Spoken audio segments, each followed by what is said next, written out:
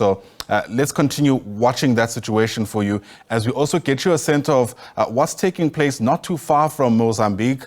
President-elect Duma Boko in Botswana said to be sworn in the country's capital, Gaborone, the umbrella for democratic change, winning last week's election, ending the Botswana Democratic Party's 58-year rule.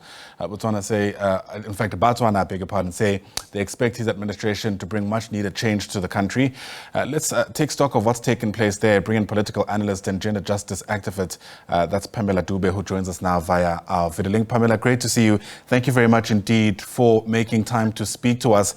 No matter how you dice it, it's certainly a new era for people in Botswana. And I wonder what you reckon ought to be top of his agenda for a country where people are just so desperate for him to solve the myriad of challenges that many people are facing there. Thank you very much, Nyati. And yes, we are in a historic moment. Like you say, it's been 58 years of the Botswana Democratic Party rule. Now, Advocate Duma Boko comes in at a time when Botswana's economy is very depressed as it is. We are talking about high unemployment rate. We are talking about collapsed healthcare system. We are talking about fallen standards of education. There are a lot of problems that he comes in to face right now. That's so much that now an economy that is very much dependent on diamonds. And we're told that in the past 6 months, we have not sold a single diamond. That on its own shows you how dicey the situation is. He steps in with so much, there's so much expectation from the nation. The 2.3 million of us are looking at the UDC government today to say, what is it that we can do to get out of the situation? And the promises that were made by the UDC during the campaign of changing everything and ensuring that we take a new direction altogether. Remember that we are at a point in life where not only is it Botswana's economy depressed as it is. Just the other day, if I'm, talk something that is off, but maybe necessary to look at. The other day, I crossed into the borders into the Northwest province, and there in Lihurutsi, I saw the situation. And I was so depressed looking at what is happening, remembering that we used to cross into Mafike and Lihurutsi, and the economy was different from what you are seeing today. This is the situation that you see around us. And also looking at our neighbors, Zimbabwe, this side, and we're facing a lot of influx of illegal immigrants coming into the country, also in need of to be able to survive. And they were relied for a very long time on South Africa and Botswana to some extent. Now we are looking at our own people and say, but here we are facing an unprecedented type level of unemployment. What is it that we're doing? A lot of our young people are leaving universities today with no hope of ever finding a job. We have heard stories of young people saying, I've been out of the university. 10 years later, I cannot even use my degree because I've forgotten what I've done. So this is the situation that he comes, to face at this particular moment. There's a lot of celebrations, of course, but the realities on the ground are not very.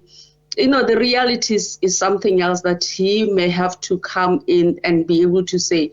And another major issue is the level of corruption we have seen over the past 10 years, particularly in the last 5 years under President Masisi. Yeah. That what is it that you are going to do? People are looking at him and saying, do we now go for, the leaders who looted our resources at this particular moment, or you focus on something else, on rebuilding the economy and, let the process take place, the legal processes take place. But here we are, people have looted. And what is it that we can do to be able to recover what has been lost? Absolutely. So there are a lot of issues that he has to face. Right, and to achieve that, he needs to assemble a pretty solid team around him in order to get through some of those prospects. From what you're hearing, from what we've seen so far, how confident are you that he'll be able to get that right?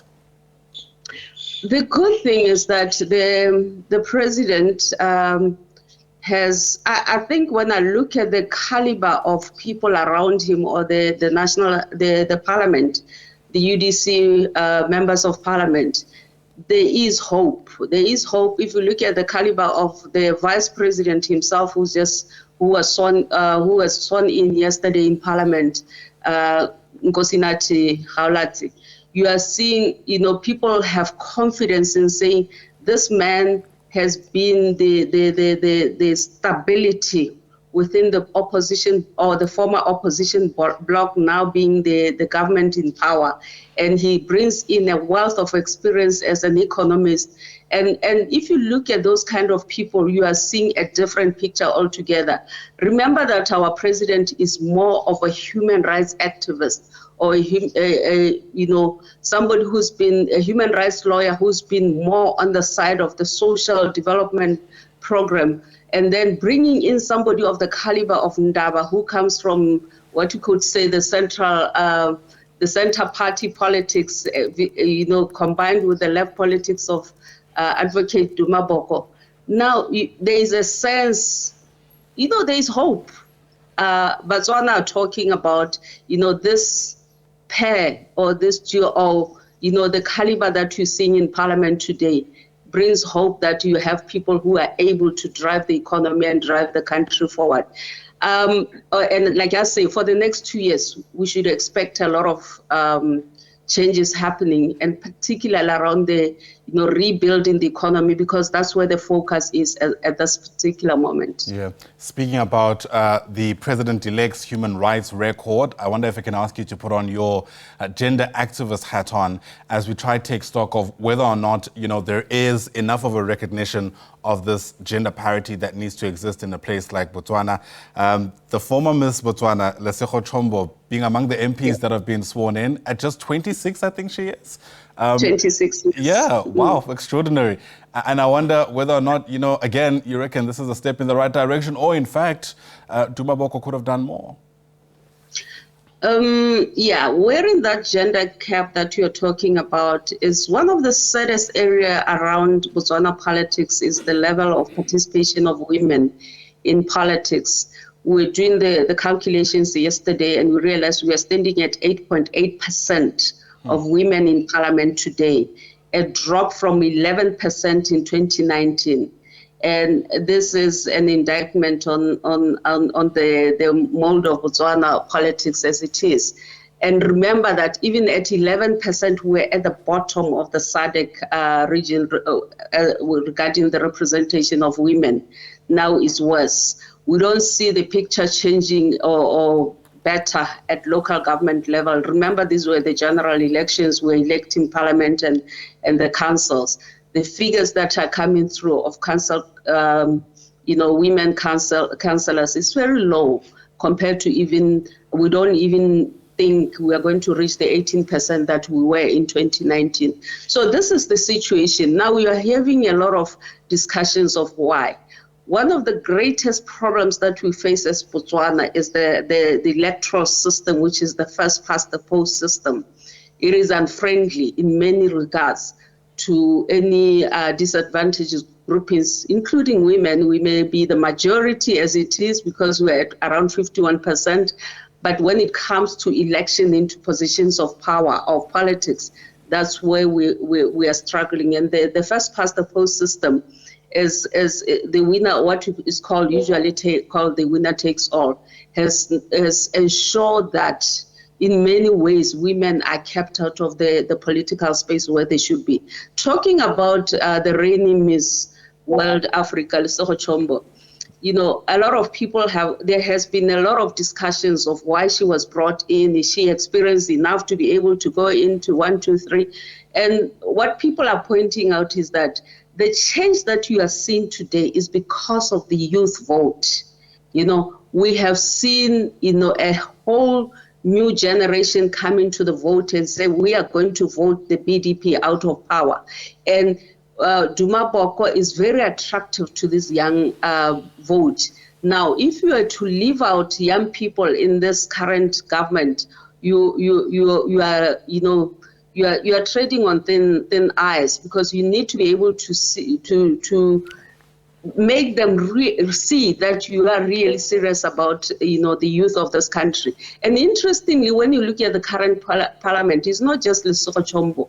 Even the young woman, okay, she's in her 30s, Boholo Kenewendo, she came in briefly in 2017 as a Minister of Trade. She was still very young at that time, but she was chucked out of the system by the BDP government. Now Boko has brought her back in with a wealth of experience as an economist at you know, even playing at international level.